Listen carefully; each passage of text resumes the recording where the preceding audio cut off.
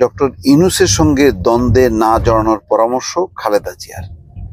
এটা ভালো যে মা হিসাবে এবং দলের প্রধান হিসাবে তিনি তারেক রহমানকে এই পরামর্শ দিয়েছেন। এবং দর্শক, শুরুতেই অনেকেই কিন্তু তারেক রহমানকে পরামর্শ দিয়েছিলেন আপনার ডক্টর ইউনূসের সঙ্গে দেখা করার কোনো যৌক্তিকতা নাই, কিন্তু অনেকেই মতামত দিয়েছিলেন। বিএনপির যে স্থায়ী কমিটির সদস্যরা সহ বিএনপি অনেক নেতা কর্মীরা পরামর্শ দিয়েছিলেন যাতে ইউনূসের সঙ্গে দেখা না করেন, কিন্তু শেষ পর্যন্ত তার ভূমিকা হয়ে এলেন বেগম খালেদা জিয়া। তিনি বলেছেন যে ডক্টর ইউনূসের বিরুদ্ধাচরণ করা যাবে না। আমি খবরের কাগজ থেকে পড়ি, খবরের কাগজের একটা খবর আপনাদেরকে স্ক্রিনশট দেখাই। সেখানে লিখেছেন যে খালেদা জিয়া নির্দেশনায় প্রধান উপদেষ্টার বিষয়ে বিএনপির অবস্থান বদল। অন্তর্বর্তীকালীন সরকারের প্রধান উপদেষ্টা ডক্টর মোহাম্মদ ইউনূসের বিষয়ে কঠোর অবস্থান নিলেও দলের চেয়ারপারসন বেগম খালেদা জিয়ার হস্তক্ষেপে সে অবস্থান থেকে সরে আসে বিএনপি।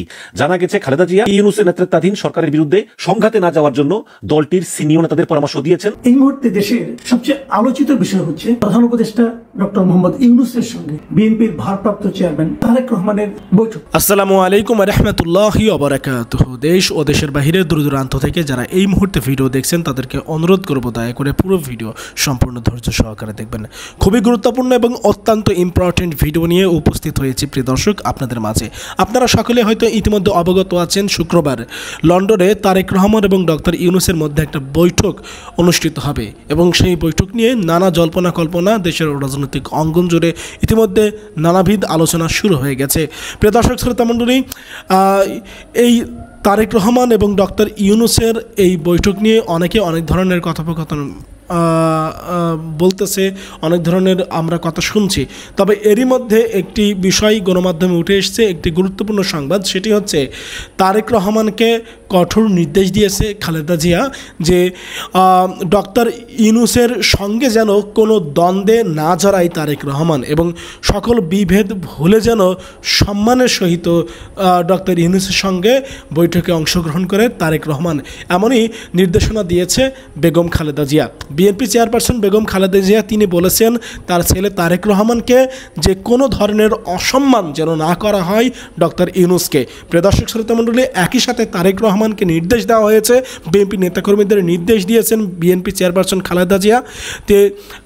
তিনি বলেছেন যে ডক্টর ইউনূস যেটি বলবে সেটি খুব সুন্দরভাবে শুনতে এবং দেশের সার্বিক অবস্থা বিবেচনা করে দেশের মানুষের উন্নয়নে এগিয়ে আসতে ডক্টর ইউনূসকে সহযোগিতা করতেও নির্দেশনা দিয়েছে খালেদা জিয়া। বিএনপি চেয়ারপারসন বেগম খালেদা জিয়া কী নির্দেশনা দিল তার ছেলে তারেক রহমানকে প্রধান উপদেষ্টার সঙ্গে এই বৈঠকে যাওয়া নিয়ে কী বললো আমরা সেটা দেখব। আশা করি সঙ্গে থাকবেন পুরো ভিডিওটি জুড়ে। এখানে বলা হয়েছে ডক্টর ইউনূসের সঙ্গে দ্বন্দ্বে না জড়ানোর পরামর্শ খালেদা জিয়ার। এটা ভালো যে মা হিসাবে এবং দলের প্রধান হিসাবে তিনি তারেক রহমানকে এই পরামর্শ দিয়েছেন। তো এখন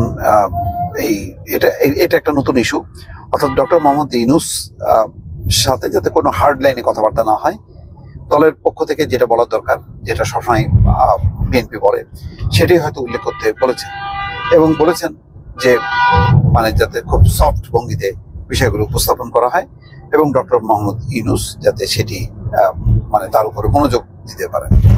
তো বাংলা জীবন যে খবর প্রকাশ করেছে তাতে বলা হচ্ছে যে আগামী জাতীয় সংসদ নির্বাচনের সময় বা দেশের গুরুত্বপূর্ণ বিষয়ে প্রধান উপদেষ্টা ডক্টর মোহাম্মদ ইউনূসের সঙ্গে দ্বন্দ্বে না জড়ানোর পরামর্শ দিয়েছেন বিএনপি চেয়ারপারসন বেগম খালেদা জিয়া। শনিবার ঈদুল আজহার সন্ধ্যায় স্থায়ী কমিটির সদস্যদের সঙ্গে অনুষ্ঠিত সৌজন্য সাক্ষাতে সাবেক প্রধানমন্ত্রী তার রাজনৈতিক সহকর্মীদের এই পরামর্শ দেন। সাক্ষাৎকালে বিএনপির স্থায়ী কমিটির সদস্যদের কাছে ভারপ্রাপ্ত চেয়ারম্যান তারেক রহমানকে প্রধান উপদেষ্টার আমন্ত্রণের বিষয়ে বেগম জিয়া ইতিবাচক অবস্থান ব্যক্ত করেন। এটি ইতিবাচক ভাবেই দেখছেন এই যে মানে বৈঠকটা হওয়ার ব্যাপারে ডক্টর ইউনূস একটা গ্রিন সিগন্যাল দিয়েছেন। আগামী 13ই জুন লন্ডনের একটি হোটেলে নোবেলজয়ী ডক্টর মোহাম্মদ ইউনূসের সঙ্গে তারেক রহমানের সাক্ষাতের কথা রয়েছে। স্থায়ী কমিটির অন্তত 5 জন সদস্যের সঙ্গে ঈদের দিনের সাক্ষাতের বিষয়ে এই প্রতিবেদকের আলোচনা হয়। তাদের কেউ কেউ উদ্ধৃত হতে সরাসরি মানা করেন, তবে উল্লেখ করেন যে প্রধান উপদেষ্টার পক্ষ থেকে আমন্ত্রণ পাওয়ার পর তারেক রহমান বিভিন্ন সোর্সে মতামত গ্রহণ করেন। সাক্ষাতের সম্ভাব্যতা আলাপের বিষয়ে দেশ ও দলের অবস্থান সহ নানা ইস্যুতে তারেক রহমান মতামত সংগ্রহ করেন। এক্ষেত্রে তার অ্যাডভাইজারি পরিষদের সদস্যরাও ভূমিকা রাখেন। শনিবার শুভেচ্ছা বিনিময়কালে ফিরোজায় ছিলেন স্থায়ী কমিটির সদস্য সেলিমা রহমান। তিনি বাংলা ট্রিবিউনকে বলছেন যে আসলে আমরা ঈদের দিন যাই শুধু শুভেচ্ছা বিনিময়ে, আর ম্যাডামের সঙ্গে সাধারণত এত ভিড় থাকে, লোকজন থাকে, যে কারণে আমরা অন্য কোনো আলোচনা করি না। সেই কারণে সেটা সৌজন্যমূলক সাক্ষাৎ, শুভেচ্ছা বা দু একটা ছুটকা কথাবার্তা। এমনি আমাদের যদি প্রয়োজন মনে হয় তার সঙ্গে দু একবার কথা বলার, সেটা হয়তো বলে কেউ। আর এই সিচুয়েশন ক্রিয়েট হয়েছে সেটা তো ঈদের পরে যোগ করেন সেলিমা রহমান। যাই হোক, এখন বোঝা যাচ্ছে যে যাতে কোনো দ্বন্দ্ব সংঘাত না জড়ায়, তারেক রহমান যাতে দলের অবস্থানটা সুন্দরভাবে ব্যক্ত করেন। এখন তারেক রহমানের সঙ্গে দ্বন্দ্বে জড়ালে বিএনপির আসলে অনেকে হয়তো ধারণা করছেন যে হয়তো বেকায়দায় পড়তে পারে বিএনপি, আরো বেশি বিএনপি বিরোধী শক্তিগুলো একাত্ম হতে পারে, তারা হয়তো ডক্টর মোহাম্মদ ইউনূসকে প্রভাবিত করতে পারে। সুতরাং এইসব বিবেচনা থেকে হয়তো একটা পরামর্শ থাকতে পারে বেগম খালেদা জিয়ার, যাতে তিনি দ্বন্দ্বে না জড়িয়ে কথাবার্তা বলেন। এবং এটা আর বেশি দিন না, শুক্রবার সকাল 9টায় এই সময়সূচি নির্ধারণ করা আছে। সেই সময়ে নিশ্চয়ই তারেক রহমান দলের কথা বলবেন, কিন্তু ওই যে কথা বলেছেন বেগম খালেদা জিয়া, যে দ্বন্দ্ব সংঘাতে জড়ানো যাবে না, দ্বন্দ্ব সংঘাত না জড়িয়ে যাতে কথাগুলো সেইভাবে উপস্থাপন করা হয়, এই ব্যাপারে তারেক রহমানকে নির্দেশনা দিয়েছেন বলে এই রিপোর্টে বলা হচ্ছে। দর্শক, আপনারা জানেন যে অন্তর্বর্তীকালীন সরকারের প্রধান উপদেষ্টা ডক্টর মোহাম্মদ ইউনূস তিনি হিথ্রো বিমানবন্দরে ল্যান্ড করেছেন একটু আগে, এবং তিনি এখন হোটেলের উদ্দেশ্যে আছেন। কিছুক্ষণের মধ্যে তিনি হোটেলে পৌঁছাবেন এবং হোটেলে পৌঁছে তিনি হোটেল লবিতে একাধিক বৈঠক করবেন জানা গিয়েছে। এবং তিনি, আপনারা ইতিমধ্যেই জানেন যে সফরের শেষ দিন মানে শুক্রবার 13ই জুন তিনি একটি হোটেলে বিএনপির ভারপ্রাপ্ত চেয়ারপারসন তারেক রহমানের সঙ্গে তিনি একটা বৈঠক করবেন, এবং সেই বৈঠক হতে পারে সুদূর প্রসারী, এবং সেই বৈঠক নিয়ে আমাদের দেশবাসী অনেক আশাবাদী, এটা জানিয়েছেন মির্জা ফখরুল ইসলাম আলমগীর। এবং দর্শক, শুরুতেই অনেকে কিন্তু তারেক রহমানকে পরামর্শ দিয়েছিলেন যে যেহেতু আপনার কোনো কথাই সরকার রাখে না, আপনারা নির্বাচন চান ডিসেম্বরে, ইউনূস চাই এপ্রিলে, সুতরাং আপনার ডক্টর ইউনূসের সঙ্গে দেখা করার কোনো যৌক্তিকতা নাই। কিন্তু অনেকেই মতামত দিয়েছিলেন, বিএনপির যে স্থায়ী কমিটির সদস্যরা সহ বিএনপি অনেক নেতা কর্মীরা পরামর্শ দিয়েছিলেন যাতে ইউনূসের সঙ্গে দেখা না করেন। কিন্তু শেষ পর্যন্ত তার ভূমিকা হয়ে এলেন বেগম খালেদা জিয়া। তিনি বলেছেন যে ডক্টর ইউনূসের বিরুদ্ধচারণ করা যাবে না। আমি খবরের কাগজ থেকে পড়ি, খবরের কাগজের একটা খবর আপনাদেরকে স্ক্রিনশট দেখাই। সেখানে লিখেছেন যে খালেদা জিয়া নির্দেশনায় প্রধান উপদেষ্টার বিষয়ে বিএনপির অবস্থান বদল। অন্তর্বর্তীকালীন সরকারের প্রধান উপদেষ্টা ডক্টর মোহাম্মদ ইউনূসের বিষয়ে কঠোর অবস্থান নিলেও দলের চেয়ারপারসন বেগম খালেদা জিয়ার হস্তক্ষেপে সে অবস্থান থেকে সরে আসে বিএনপি। জানা গেছে খালেদা জিয়া ইউনূসের নেতৃত্বাধীন সরকারের বিরুদ্ধে সংঘাতে না যাওয়ার জন্য দলটির সিনিয়র নেতাদের পরামর্শ দিয়েছেন। গত শনিবার ঈদের দিন রাতে স্থায়ী কমিটির সদস্য সহ সিনিয়র নেতারা বেগম জিয়াকে ঈদের শুভেচ্ছা জানাতে গেলে বেগম জিয়া এই পরামর্শ দেন। বেগম জিয়া নেতাদের বলেন, সরকারের সঙ্গে সংঘাতে গেলে বিএনপির কোনো লাভ নাই। মানে এই জিনিসটা বিএনপি নেতারা বোঝে না। বেগম জিয়া কি বলেছেন? সরকারের সঙ্গে সংঘাতে গেলে বিএনপির কোনো লাভ নাই। যেটা বেগম জিয়া বোঝেন সেটা এরা বোঝে না। এই যে আজকে বিএনপির সিনিয়র নেতা কাকবাদ, সে বলল যে এই সরকারের বিচার করতে হবে, বিএনপি ক্ষমতা গেলে নাকি সরকারের বিচার করবে। মানে কি বিচার করবে? এই যে তোমাদের মামলা টামলা উড়িয়ে দিচ্ছে, ভাবে ঘুরতে পারতেছ, এই জন্য বিচার হবে? কি বলবো আর এগুলি। নির্ভরযোগ্য সূত্রের দাবি যে বিএনপি চেয়ারপারসনের এই পরামর্শের পর সোমবার 9 জুন রাতে স্থায়ী কমিটির বৈঠক ডাকা হয় এবং এই বৈঠকে খালেদা জিয়ার মতামতের উপর বিশদ আলোচনা করা হয়। এই বিষয়ে আলোচনার পর কঠোর অবস্থান থেকে সরে আসার পাশাপাশি ডক্টর ইউনূসের সঙ্গে ভারপ্রাপ্ত চেয়ারম্যান তারেক রহমানের বৈঠকের বিষয়টি নিয়ে আলোচনা হয় এবং মঙ্গলবার 10 জুন সংবাদ সম্মেলনের মাধ্যমে বৈঠকের বিষয়টি জানানো হবে। সূত্র জানায়, লন্ডনে আগামী শুক্রবার 13ই জুন ডক্টর ইউনূসের সঙ্গে তারেক রহমানের প্রায় 2 ঘণ্টাব্যাপী বৈঠক হওয়ার কথা রয়েছে। লন্ডনের ডরচেস্টার হোটেলে এই বৈঠক অনুষ্ঠিত হবে। প্রধান উপদেষ্টা দপ্তর থেকে এই বৈঠকটি নির্ধারণ করা হয়। ঈদের আগের দিন 6 জুন সন্ধ্যায় জাতির উদ্দেশ্যে প্রধান উপদেষ্টা বলেছেন যে জাতীয় সংসদ নির্বাচন আগামী বছরের এপ্রিল মাসের প্রথমার্ধের যে কোনো দিন অনুষ্ঠিত হবে। এর পরপরই ওই রাতে স্থায়ী কমিটির বৈঠক ডেকে আলোচনার পর কড়া প্রতিক্রিয়া ব্যক্ত করে বিএনপি। দলটি বলেছে যে এপ্রিলের প্রথমার্ধে নির্বাচন হলে আবহাওয়া সংকট থাকবে, রমজানের মধ্যে নির্বাচনী প্রচারণা ব্যাহত হবে এবং কার্যক্রম বিঘ্নিত হতে পারে, যা নির্বাচনকে পিছিয়ে দেওয়ার আরেকটা কারণ বলে বিবেচিত হতে পারে। তাছাড়া ডিসেম্বরের মধ্যে নির্বাচন অনুষ্ঠান কেন নয়, এই বিষয়ে সুনির্দিষ্ট কোনো কারণ প্রধান তার ভাষণে উল্লেখ করেননি। এরপর রাজনৈতিক অঙ্গনে পক্ষে বিপক্ষে নানা আলোচনা সমালোচনা হয়। এই পরিস্থিতির মধ্যে সরকার সংশ্লিষ্টদের সঙ্গে দফায় দফায় আলোচনার মাধ্যমে লন্ডনে ইউনূসের সঙ্গে তারেক রহমানের বৈঠকের বিষয়ে সিদ্ধান্ত হয়। এবং তারেক রহমানও এই বৈঠকের বিষয়ে সম্মতি জানায়। এরপরে সোমবার রাতে বিএনপি স্থায়ী কমিটি বৈঠকে নির্ধারণ করা হয় যে হ্যাঁ বৈঠক হবে, এবং ধারণা করা হচ্ছে যে সরকারের বিরুদ্ধে আগের কঠোর অবস্থান থেকে সরে এসেছে বিএনপি। আমি মনে করি যে এটাই হচ্ছে বিএনপির জন্য সঠিক সিদ্ধান্ত। সূত্র জানা যে প্রধান উপদেষ্টা এবং তারেক রহমানের মধ্যে বৈঠকে বাংলাদেশের রাজনীতিতে একটি গুরুত্বপূর্ণ মোড় হিসাবে দেখা হচ্ছে নির্বাচনের রোডম্যাপ, একটি সুষ্ঠু এবং নিরপেক্ষ নির্বাচনের পরিবেশ তৈরি এবং অন্যান্য রাজনৈতিক দলগুলোর ভূমিকা নিয়েও আলোচনা হতে পারে বলে ধারণা করা হচ্ছে।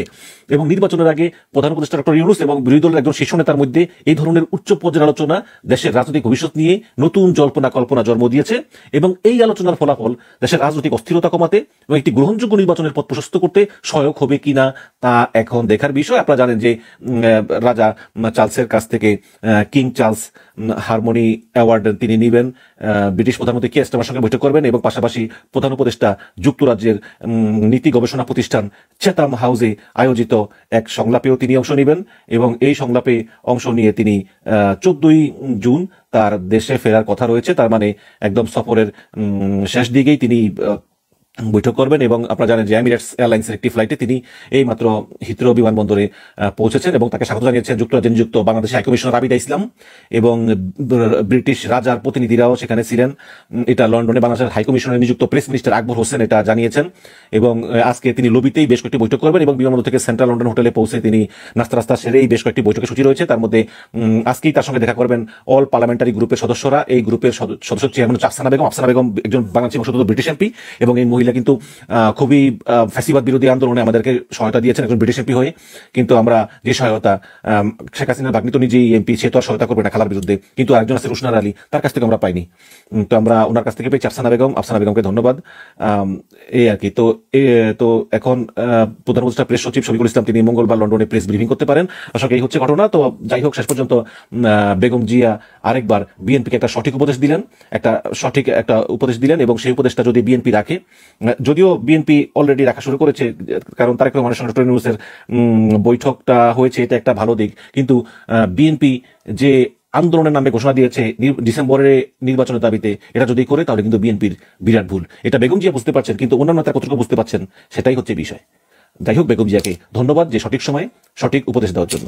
এই মুহূর্তে দেশের সবচেয়ে আলোচিত বিষয় হচ্ছে প্রধান উপদেষ্টা ডক্টর মোহাম্মদ ইউনূসের সঙ্গে বিএনপির ভারপ্রাপ্ত চেয়ারম্যান তারেক রহমানের সম্ভাব্য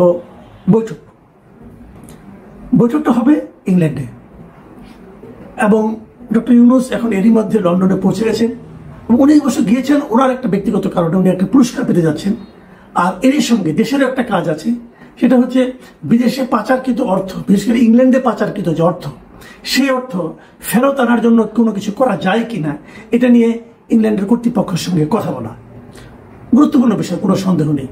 কিন্তু এর পাশাপাশি তারেক রহমানের সঙ্গে একটা বৈঠক ওনার হবে, এটা মোটামুটি এখন নিশ্চিত হয়ে গেছে। বলা বাহুল্য, এই বৈঠকটা খুব ইন্টারেস্টিং এই কারণে যে আমার কাছে মনে হয়েছে যে এই বৈঠকটার উদ্যোগ নিয়েছেন ডক্টর ইউনূস নিজে, মানে ডক্টর ইউনূসই বৈঠকের প্রস্তাবটা দিয়েছেন, এবং তারেক রহমান এবং বিএনপির পক্ষ থেকে সেই প্রস্তাবটা গ্রহণ করা হয়েছে। যতদূর জানা গেছে পর্যন্ত তারিখও মোটামুটি ঠিক, সেটা হলো 13 তারিখ তারা উনি যে হোটেলে থাকবেন অথবা কোনো একটা হোটেলে ওনারা এই আলোচনাটা করবেন। এই যে দ্বিপাক্ষিক আলোচনা, এই আলোচনাটা কিন্তু দেশের বর্তমান যে রাজনৈতিক অবস্থা, সেই অবস্থায় আমার বিবেচনায় খুবই গুরুত্বপূর্ণ একটা আলোচনা। কারণ এই আলোচনাটা আরো আগে হতে পারত, কিন্তু তারপর হচ্ছে, এটা অবশ্যই একটা ইতিবাচক দিক। কারণ দেশে যাই বলেন না কেন আপনারা, একটা তো পরিস্থিতি তৈরি হয়েছে দেশের শীর্ষ রাজনীতিবিদের সঙ্গে দেশের প্রধান উপদেষ্টা, যে অন্তর্বর্তীকালীন সরকার আছে তার যে প্রধান উপদেষ্টা, তাদের আলোচনা হওয়াটাই কিন্তু আমি মনে করি স্বাস্থ্যকর একটা বিষয়। এবং আমি যতদূর মনে করতে পারি, সম্ভবত ডক্টর ইউনূসের সঙ্গে তারেক রহমানের এটাই প্রথম সরাসরি সাক্ষাৎ। এর আগে দুজনের মধ্যে কখনো দেখা হয়েছে কিনা আমি জানি না। এবং দেশের যে রাজনৈতিক অবস্থা, আপনারা ভেবে নিতেই পারেন যে হয়তো আগামীতে বিএনপি আসবে, এবং বিএনপি আসলে দেশের আগামী সম্ভাব্য প্রধানমন্ত্রী হয়তো তারেক রহমান হতে পারেন, নাও পারেন, আমি জানি না। তবে আমি মোটামুটি সেভাবেই অনেককে বলতে শুনেছি, এবং আমি নিজেও মনে করি এটা খুব একটা অবাস্তব বিষয় নয়, এটা হতে পারে। সেক্ষেত্রে ভাবি প্রধানমন্ত্রীর সঙ্গে বর্তমান প্রধান উপদেষ্টার সাক্ষাৎ, এটা খুবই একটা গুরুত্বপূর্ণ বিষয় বলে আমার কাছে মনে হয়। এখন প্রশ্ন হচ্ছে, এই সাক্ষাতে আলোচনার বিষয়টা কি হবে, কে কি আলোচনা করবেন, ডক্টর ইউনূস কি বলবেন, তারেক রহমান কি চাইবেন, কি চাইলে কি পাইবেন, এই সমস্ত বিষয় কিন্তু আলোচনায় আসবে এই কারণে যে এই দুজন এরই মধ্যে যার যার অবস্থানে এমন কিছু ঘটনা ঘটিয়েছেন, এমন কিছু কথাবার্তা বলেছেন, এই দুজনকে একই মত পোষণ করেছেন বলে আমরা সাধারণ মানুষ মনে করতে পারছি না। আমাদের সবার কাছে মনে হচ্ছে বোধহয় একটা বিরোধপূর্ণ অবস্থানে এই দুইজন লোক আছেন। সেই বিরোধটা কি? সেই বিরোধটা হচ্ছে নির্বাচনের তারিখ নিয়ে। প্রধান উপদেষ্টা এরই মধ্যে 6 তারিখে উনি ঘোষণা করেছেন যে নির্বাচন হবে আগামী বছরের এপ্রিলের প্রথমার্ধের যে কোনো দিন। আর বিএনপির পক্ষ থেকে এবং তারেক রহমান নিজেও বলেছেন যে ডিসেম্বরের পর একদিনও নয়, ডিসেম্বরের আগেই নির্বাচন হতে হবে। এরকম একটা মুখোমুখি অবস্থানে তারা মিটিংয়ে বসবেন এবং বলাই বাহুল্য যে বিষয়টা নিয়ে সবচেয়ে বেশি আলোচনা, মানে এই যে নির্বাচনের তারিখ, এটা নিয়ে যে আলোচনাটা মূলত থাকবে, আলোচনাটা হবে, এটা কিন্তু আমার কাছে মনে হয়। আচ্ছা, আসুন আমরা একটু ভাবি কি হতে পারে। আলোচনা না হলো, আলোচনার সমাধানটা কি হতে পারে? বিএনপি কি করবে? বিএনপি কিন্তু এর মধ্যে বলেছে যে আমরা ডিসেম্বরের মধ্যে নির্বাচন চাই। ডক্টর ইউনূস বলেছেন এপ্রিলের প্রথমার্ধে নির্বাচন হবে। তাহলে এটার সমাধানটা কি? ডক্টর ইউনূস তারেক রহমানের সঙ্গে কথা বলার ইচ্ছা প্রকাশ করার মাধ্যমে এটুকু প্রমাণ করতে পেরেছেন যে উনি একটা আলোচনা চান। যদি আলোচনাই চান তাহলে কিন্তু একটা অবধারিত প্রশ্ন চলে আসে এইভাবে যে আপনি এই আলোচনাটা বিরোধ সৃষ্টির আগে কেন চাইলেন না? আপনি 6 তারিখে তারিখটা ঘোষণা করলেন, না করতেন বলতেন যে আমি তারেক রহমানের সঙ্গে দেখা করব, দেখা করে এসে আমি তারিখটা ঘোষণা করি, কোনো প্রবলেম তো ছিল না, আলোচনা করে ঘোষণা করতেন। কিন্তু আগে যখন আপনি ঘোষণা করলেন তখন কিন্তু আপনি আপনার যে গোয়ার তুমিটা সেটা প্রকাশ করে ফেললেন। আপনি কারোর সঙ্গে আলোচনা না করেই এপ্রিলের কথা বললেন। কারণ এর আগে যখন পলিটিক্যাল পার্টিগুলো আপনার সঙ্গে মিলিত হয়েছিল, 28টা রাজনৈতিক দলের মধ্যে 25টা রাজনৈতিক দলে কিন্তু বলেছিল যে ডিসেম্বরে কিংবা তারও আগে নির্বাচন হোক। আপনি হুট করে এপ্রিল বলে ফেললেন কেন? আমরা এর আগে এপ্রিল শব্দটা উচ্চারণ হতে শুনেছিলাম একমাত্র জামাতে ইসলামের কাছে। তারপর জামাতে ইসলামের পক্ষ নিয়ে নিয়েছেন, বিএনপিকে উপেক্ষা করে অবজ্ঞা করে আপনি জামাতের পক্ষ নিয়েছেন। নেওয়ার পর এখন আপনি কেন মিটিং করতে চাচ্ছেন? ব্যাখ্যাটা কি? এই ব্যাখ্যাটা আমি জানি না। আমি মনে করি উনি এটা আগে করলেই ভালো, আগেও আলোচনা করতেন, ফোনে আলোচনা করে নিতে পারতেন তারেক রহমানের সঙ্গে যে আমি এপ্রিলে করতে চাই, আপনি কি করেন। কিন্তু আপনি যখন এপ্রিলে ঘোষণা করলেন, বিএনপি কিন্তু আনুষ্ঠানিকভাবে সেটাকে প্রত্যাখ্যান করেছে। তার মানে আপনি আসলে কি করতে চান? আপনি কি বোঝাতে চাইলেন যে তুমি যত বড় লিডারই হওয়া করো, তোমাকে মানলাম না? তো তাকে না মেনে আপনার লাভটা কি? দেশের ভবিষ্যৎ প্রধানমন্ত্রীকে আপনি না মানলেন, নিজের বাহাদুরি দেখালেন, আপনার লাভটা কি হলো? তো এই জিনিসটা কিন্তু আমি বুঝি না, উনি আসলে কেন কি করেন আমার কাছে এটা ক্লিয়ার না। এখন লাভ বাদ দেন, এখন কি মুখ রক্ষার আলোচনা হবে? মুখ রক্ষা 3 ভাবে হতে পারে। একভাবে হতে পারে ডক্টর ইউনূস বললেন যে আমি তো ওনাকে বলেছিলাম, উনি রাজি হলেন না, আমি কি করবো, আমি চেষ্টা করেছি, এতে ওনার মুখ রক্ষা হলো এবং একটা বিরোধপূর্ণ অবস্থান টিকেই থাকলো। আরেকটা হতে পারে উনি ডক্টর ইউনূস যে কথাটা বলেছেন এই কথাটা তারেক রহমান মেনেই নিলেন। তারেক রহমান মানতে পারেন, ঠিক আছে আপনি যখন বলছেন আমি মেনে নিলাম, আমি এই এপ্রিলে ইলেকশন করব।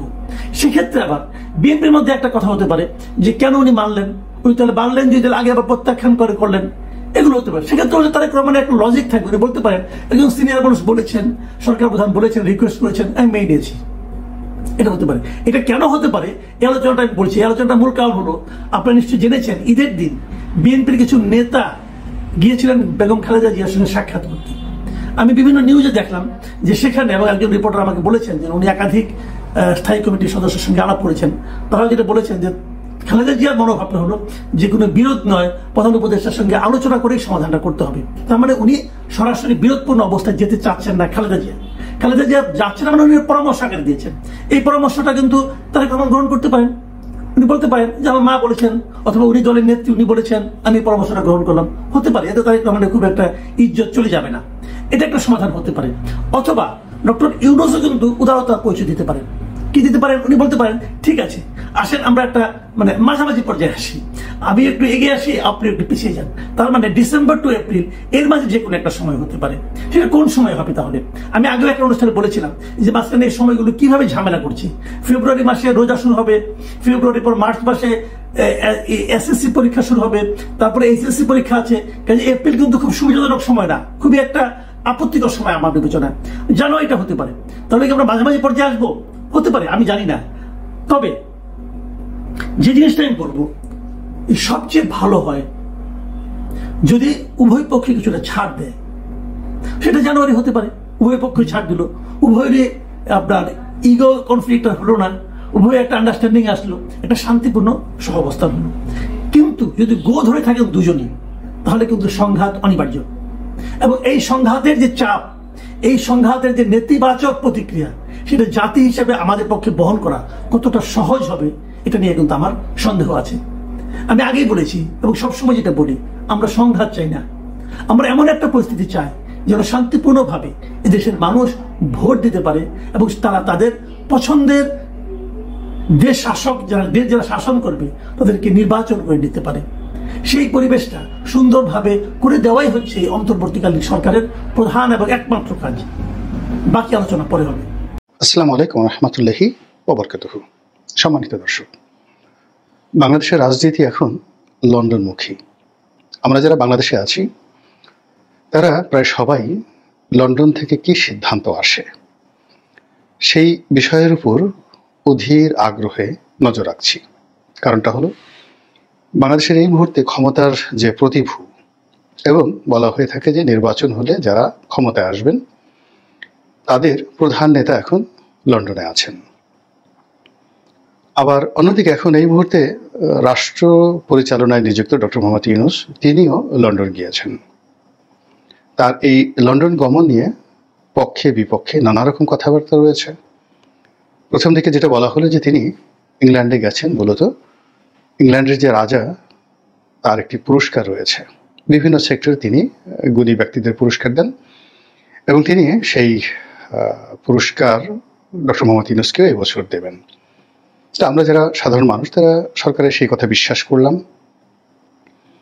তারপর দেখা গেল যে আওয়ামী লীগপন্থী যারা লোকজন, বিশেষ করে জনাব সজীব ওয়াজেদ জয়, তিনি ইন ডিটেলস একটা ফেসবুক স্ট্যাটাস দিলেন যে রাজা চার্লস যে পুরস্কার দিচ্ছেন সেই পুরস্কারের যে তালিকা, অর্থাৎ কারা কারা পাচ্ছেন সেই তালিকার মধ্যে ডক্টর মোহাম্মদ ইউনূসের নাম নেই। এবং এরপরে বাংলাদেশে যারা বিভিন্ন লোকজন রয়েছেন, ইউটিউবার রয়েছেন, যারা সামাজিক মাধ্যমে বিভিন্নভাবে কন্ট্রিবিউট করে আসছেন, তারা কন্টেন্ট তৈরি করে বলা শুরু করলেন যে আসলে ডক্টর মোহাম্মদ ইউনূস যে ইংল্যান্ডে যাচ্ছেন সেখানে যে সকল মানুষের নাম পুরস্কারের তালিকায় ঘোষিত হয়েছে বা যে সকল প্রতিষ্ঠানের নাম ঘোষিত হয়েছে, আমাদের জানা মতে প্রথমত সেখানে ডক্টর মোহাম্মদ ইউনূসের নাম নেই। অন্যদিকে যে সকল প্রতিষ্ঠানকে পুরস্কার দেওয়া হচ্ছে সে সকল প্রতিষ্ঠানের সঙ্গে ডক্টর মোহাম্মদ ইউনূসের সম্পর্ক রয়েছে কি নেই, ওটা নিয়ে বাংলাদেশের কোনো লোক বলতে পারছেন না। এবং তারপর তিনি ইংল্যান্ডে গিয়েছেন। এর মধ্যে দুটো গুরুত্বপূর্ণ ঘটনা ঘটে গেছে। সেটি হলো তার ইংল্যান্ড গমন উপলক্ষে সেখানে বর্তমান সরকার দলীয় সংসদ সদস্য এবং সাবেক মন্ত্রী টিউলিপ সিদ্দিকী, তিনি ডক্টর মোহাম্মদ ইউনূসকে উদ্দেশ্য করে এক একটি চিঠি দিয়েছেন। অর্থাৎ তিনি তাকে পার্লামেন্টে যে টিউলিপ সিদ্দিকীর অফিস রয়েছে সেই অফিসে তাকে লাঞ্চ অথবা ডিনার, সেই লাঞ্চ অথবা ডিনারের দাওয়াত দিয়েছেন, তার সঙ্গে লাঞ্চ এবং ডিনার করতে চান। চিঠির ভাষা, তার বক্তব্য, ইটস এ পলিটিক্স। আমরা যেটিকে বলা হয় ব্রিটিশ পলিটিক্স বলি, সেই ব্রিটিশ পলিটিক্স। তিনি সেখানে ডক্টর মোহাম্মদ ইউনূসকে স্বীকার করেননি, অস্বীকার করেননি। তিনি সেখানে সম্মানও জানাননি, আবার অসম্মানও জানাননি। তিনি ডক্টর মোহাম্মদ ইউনূসকে কতগুলো প্রশ্ন ছুড়ে দিয়েছেন এবং কতগুলো তুচ্ছ এবং তাচ্ছিল্য করেছেন, যেভাবে ওয়েস্টার্ন কান্ট্রিগুলো সাধারণত তৃতীয় বিশ্বের যে কোনো বিষয়কে তুচ্ছ এবং তাচ্ছিল্য করে থাকে, সাধারণত বিচার বিভাগ এবং রাষ্ট্রীয় বিভিন্ন সংস্থা সেগুলোকে। আবার অন্যদিকে আমরা যারা বাঙালি, আমাদের এই বাঙালি দেশ, এই বাঙালি সম্পর্কে, বাংলাদেশ সম্পর্কে টিউলিপ সিদ্দিকী যেটি বলেছেন সেটিও খুবই প্রণিধানযোগ্য। আর সেই রাষ্ট্রের পক্ষে ডক্টর মোহাম্মদ ইউনূস যে ইংল্যান্ডে যাচ্ছেন সেটাকে টিউলিপ সিদ্দিকী তেমন কোনো গুরুত্বপূর্ণ বিষয় মনে করছেন না। তো এটা নিয়ে কয়েকদিন আলাপ আলোচনা হলো। টিউলিপ সিদ্দিকীর সঙ্গে দেখা হবে কি হবে না এটা নিয়ে আলোচনার প্রশ্নই আসে না, এখানে দেখা হবে না। কিন্তু এটা নিয়ে টিউলিপ সিদ্দিকীর যতটুকু পলিটিক্স করা দরকার সেই পলিটিক্স তিনি করে ফেলেছেন। এই গেল একটা। দ্বিতীয় যে বিষয় সেটি হলো ডক্টর মোহাম্মদ ইউনূসের সঙ্গে জনাব তারেক রহমানের বৈঠক। তো প্রথম দিকে এই বৈঠকটি নিয়ে কোনো রাশ শব্দ হয়নি এবং এই বৈঠকটি আসলে বিএনপির পক্ষ থেকে করা হচ্ছে, অর্থাৎ বিএনপি আগ্রহ দেখিয়ে তারেক রহমান সাহেবের সঙ্গে ডক্টর মোহাম্মদ ইউনূসের যে বৈঠক সেটি আয়োজন করতে চাচ্ছে, নাকি ডক্টর মোহাম্মদ ইউনূস তারেক রহমান সাহেবের সঙ্গে বৈঠকে বসতে চাচ্ছেন। যেহেতু সরকারের পক্ষ থেকে ওইভাবে মিডিয়াতে, বিশেষ করে আমাদের সামাজিক মাধ্যমে ওইরকম স্ট্রংলি রিপ্রেজেন্ট করার মতো কোনো ব্যক্তিত্ব নেই, তো কাজেই বিএনপি পন্থী যারা লোকজন তারা সামাজিক মাধ্যমে যেভাবে একটি উত্তাপ ছড়াচ্ছেন, তাতে মনে হচ্ছে যে ডক্টর মোহাম্মদ ইউনূস বা তার সরকার তারেক রহমান সাহেবের সঙ্গে বৈঠক করার জন্য রীতিমতো মরিয়া হয়ে পড়েছেন। এই গেল একটা। দ্বিতীয় যে বিষয়টি হলো যে তারেক রহমান সাহেব কি ডক্টর মোহাম্মদ ইউনূস সাহেবের সঙ্গে বসবেন, এটি বিএনপির লোকজনের প্রধান প্রশ্ন।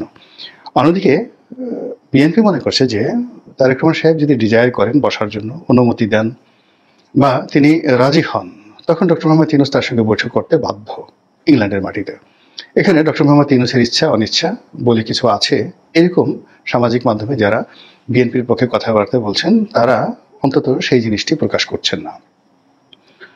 আমরা বাংলাদেশে বসে যে জিনিসগুলো জানতে পেরেছি সেটা হলো জনাব তারেক রহমান সাহেব প্রশ্ন করেছেন কেন বসবেন, কিভাবে বসবেন। আবার কেউ কেউ বলছেন যে তিনি একেবারেই রাজি ছিলেন না প্রথম দিকে, পরবর্তীতে তিনি রাজি হয়েছেন। বাংলাদেশের বেশ কয়েকটি মেইনস্ট্রিমের যে পত্রিকা সেখানে নিউজ এসেছে যে সরকারের সঙ্গে বিএনপি যে একটি মুখোমুখি অবস্থানে চলে এসেছে, একটি সংঘাতপূর্ণ পরিবেশ প্রায় তৈরি হয়ে গেছে এবং এই যে আমাদের পবিত্র ঈদুল আজহার যে বন্ধ সরকারি ছুটি, এই ছুটির পরে রাজনৈতিক অঙ্গন উত্তপ্ত হয়ে পড়বে এবং এই উত্তপ্ত অবস্থা থেকে সরকারকে এবং বিএনপিকে রক্ষা করার জন্য বেগম জিয়া, বিএনপির চেয়ারপারসন, তিনি উদ্যোগ গ্রহণ করেছেন এবং তিনি নির্দেশ দিয়েছেন যে এই মুহূর্তে সরকারের সঙ্গে কখনোই অসহযোগিতা করা যাবে না, এতে করে বিএনপি এবং সরকারের কারোরই লাভ হবে না। এইভাবে পত্রপত্রিকায় একটা উত্তাপ ছড়িয়ে মূলত বিএনপির যারা লোকজন তারা বিএনপির মর্যাদাকে আপহোল্ড করতে চাচ্ছে অথবা বিএনপির মুখ রক্ষা করতে চাচ্ছে, হোয়াট এভার মেবি। আমরা সেই বিষয়গুলোতে আলোচনা না করে আজকের যে প্রসঙ্গ সেটি হলো, আজকে 10 তারিখে আমি এই ভিডিওটা করছি। বাংলাদেশের পত্রপত্রিকা বা সামাজিক মাধ্যমে যে খবর ছড়িয়েছে তা হলো এই মাসের 13 তারিখে অর্থাৎ জুন মাসের 13 তারিখে ডক্টর মোহাম্মদ ইউনূস এবং জনাব তারেক রহমান সাহেবের মধ্যে একটা সম্ভাব্য বৈঠক হতে পারে।